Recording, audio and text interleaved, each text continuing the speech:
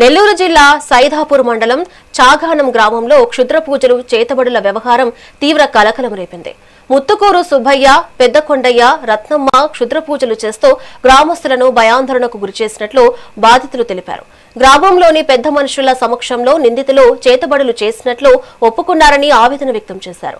పోలీసులు విచారణ చేపట్టి నిందితులచే తోటలు, ఇళ్లలో ఉంచిన పిడకలు, కుండలు, ఇతర పూజా ద్రవ్యాలను తీయించి తగలబెట్టించారు.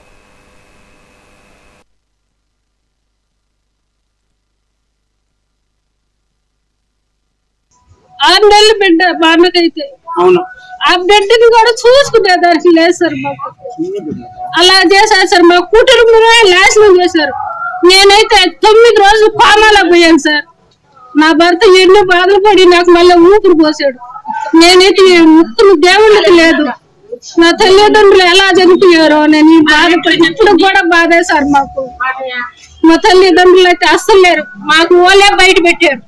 ఆ చేతబడి చేసే అన్న కొడుకే బయట పెట్టాడు. ఎప్పటికైనా మా దేవుడు మా ఎన్ను ఉంటే బయట పడతాడు అని చెప్పి బయట పెట్టారు సార్. నేనేనో చంపింది, ఒక కుటుంబం లేకుండా చంపింది నేనేను అని చెప్పారు సార్. మా ఊర్లో పెద్ద మనిషికి అందరికీ తెలుసు సార్. మా బాధలో వాళ్ళే చూస్తున్నారు. దయచేసి మీరు ఈ సహాయం చేస్తారని నేనైతే నమ్ముతున్నాను సార్. ఎస్ఐ గారు మాకు కూడా సహాయం చేస్తారని నమ్ముతున్నాను సార్.